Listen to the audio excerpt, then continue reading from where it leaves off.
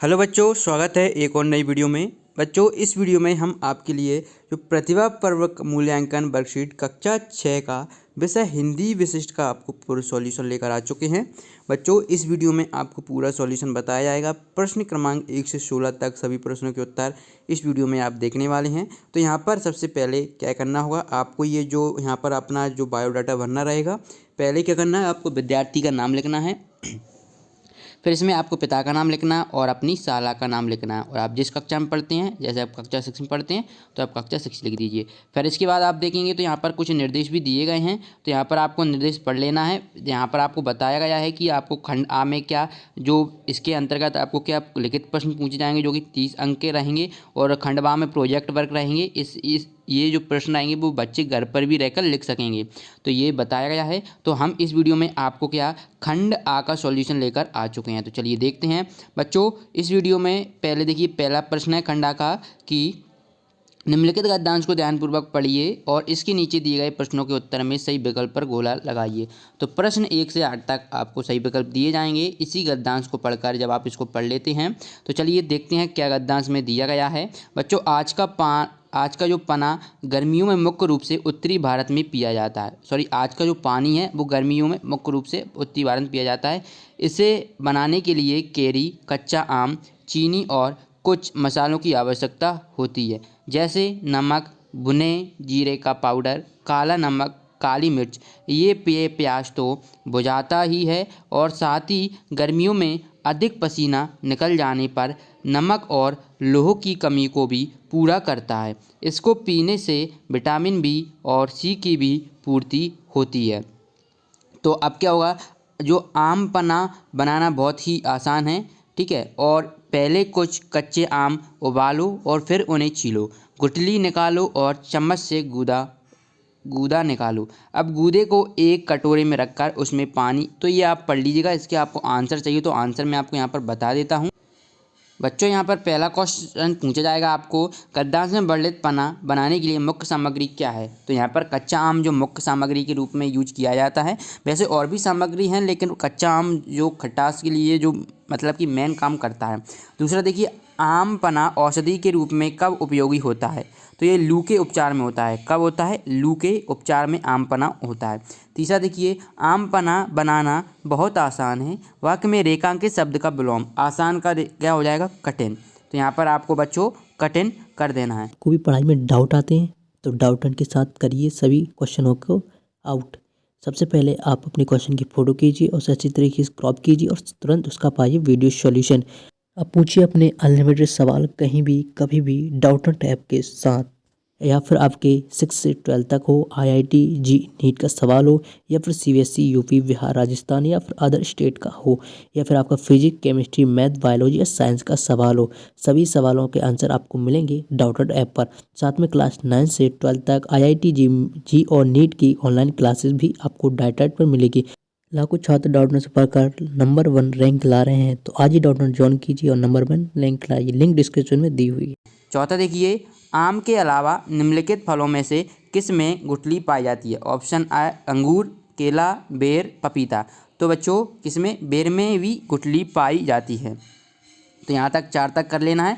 फिर आपको next question इसके अकॉर्डिंग आपको ये दिया गया है, ये पढ़कर आपको आंसर देना है। तो ये क्या आपको यहाँ पर देख पा रहे होंगे कि यही हमारी सोच रहे, व्यर्थ न जाए पानी, जब जल ही नहीं होगा तो कैसी जिंदगानी।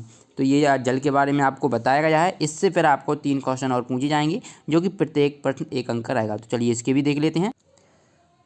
बच्चों, यहाँ पर 5वां क्वेश्चन है, पोस्टर में क्या संदेश दिया गया है। तो पोस्टर में जल संरक्षण का आपको बता दिया गया है, जल संरक्षण के बारे में बताया गया था।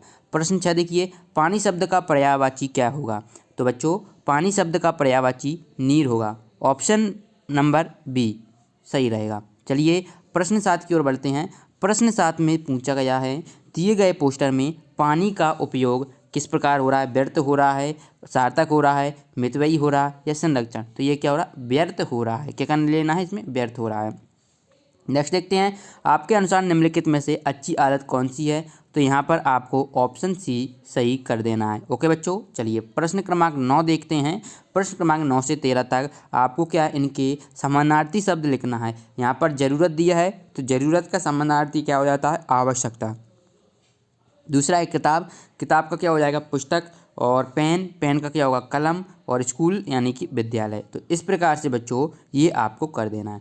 चलिए 10वां देखते हैं। 10वां क्या, निम्नलिखित शब्दों को वाक्य में हमें प्रयोग करना है। ये 2 अंक का क्वेश्चन आपसे पूछा गया है। तो चमक यानी कि रौनक होता है, वाक्य में किस प्रकार प्रयोग करेंगे। पैसे मिलने पर बच्चों के चेहरे में चमक बढ़ जाती है।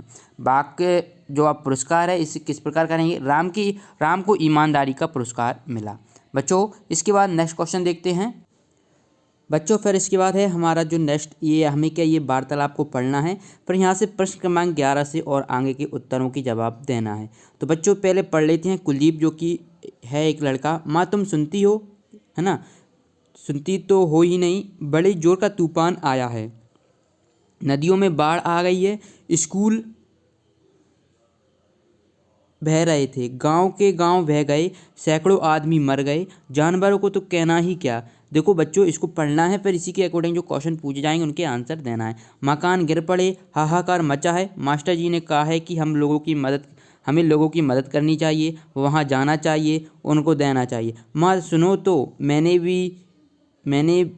भी है कि जोर की बाढ़ आई है, पर इतना नुकसान हो गया है ये किसी ने न बताया। कुलदीप, नदी का सारा पानी गांव में भर गया और नदी अभी भी बढ़ रही है, जो युवक और जाकर लोगों को बचाने का काम करें, ऐसा कहा गया है, मैं जा रहा हूं। तो चलिए बच्चों इसके जो क्वेश्चंस हैं उनके आंसर देख लेते हैं।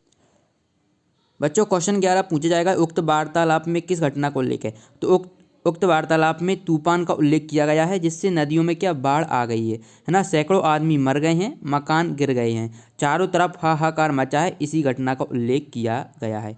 बच्चों इस प्रकार से क्वेश्चन 11 का आपको कर लेना है। चलिए क्वेश्चन 12 देखते हैं। यहाँ पर आप क्वेश्चन 12 देख पाएंगे, बाढ़ के कारण लोगों पर क्या प्रभाव पड़ा था। तो बाढ़ के कारण लोगों के घर टूट गए थे और लोगों ने अपने को खो दिया था और लोगों के जानवर मर गए, गांव में पूरा पानी भर गया, भारी नुकसान लोगों को हुआ है। चलिए इस प्रकार से क्वेश्चन नंबर 12 का उत्तर हो जाएगा। चलिए नेक्स्ट क्वेश्चन की ओर बढ़ते हैं। नेक्स्ट क्वेश्चन है क्वेश्चन नंबर 13 कि किसी आपदा के समय हमें क्या करना चाहिए।